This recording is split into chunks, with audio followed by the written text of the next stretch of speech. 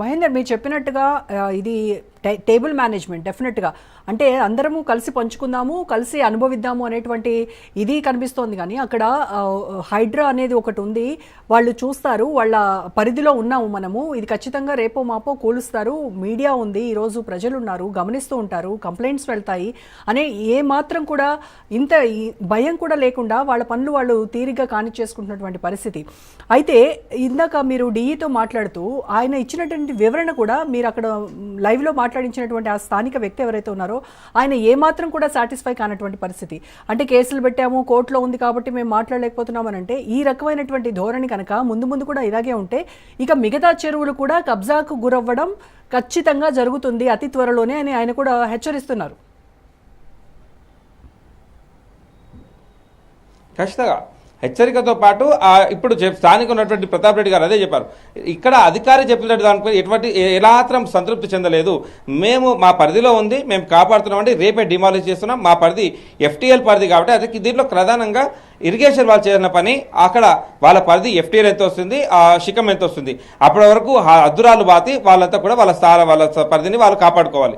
ఇక దీనికి ఇరిగేషన్ కూడా జాయింట్ ఆపరేషన్గా వీళ్ళు సహకరించాలి. కానీ ఈ రెండు సమన్వయం లేదు అనే దానికి ఇప్పుడు ఈ ఇందాకలా మనం మాట్లాడిన తీరు కావచ్చు, ఇక్కడ డి గారు మాట్లాడగానే ఎంఆర్ఓ గారు మాట్లాడకపోవడానికి కారణాలు కావచ్చు, ఇవన్నీ కూడా ఒకటి క్లియర్ అవుతున్న పరిస్థితి.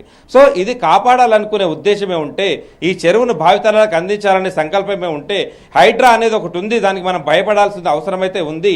ఈ హైడ్రా అనేది చాలా తీవ్రంగా ఉంది, భవిష్యత్ తరాల కోసం ఆలోచిస్తుంది. ఈ పూట మనము టేబుల్ మేనేజ్మెంట్ చేసుకొని మన కడుపు నింపుకుంటే సరిపోదు, భవిష్యత్ తరాలకు ఈ సహజ వనరులు అందించాలనేటువంటి తాపత్రయము హైడ్రా పైన ఉంది. హైడ్రాకు మనం కూడా తలకి పనిచేయాలనేటువంటి కాంక్ష అధికారంలో ఉంటే, ఆ భయమే ఉంటే ఇంత దారుణానికి అయితే పూనుకోరని మనం అనుకోవచ్చు. ఖచ్చితంగా ఇది సమన్వయ లోపమే కాదు, అధికారుల నిర్లక్ష్యం కూడా క్లియర్గా కనిపిస్తుంది.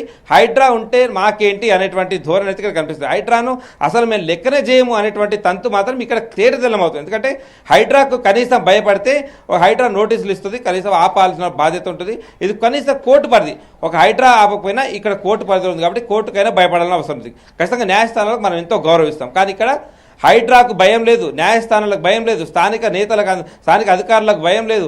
మీడియా వస్తే కేసులు పెడతాం, భయపెట్టిస్తాం, ఫోటోలు తీసుకొని బ్లాక్మెయిల్ చేస్తాం అన్నట్టుగా భయపెట్టడాలు. సో చాలా వరకు కూడా రాటు తేలిపోయినటువంటి పరిస్థితి అనుకోవచ్చు.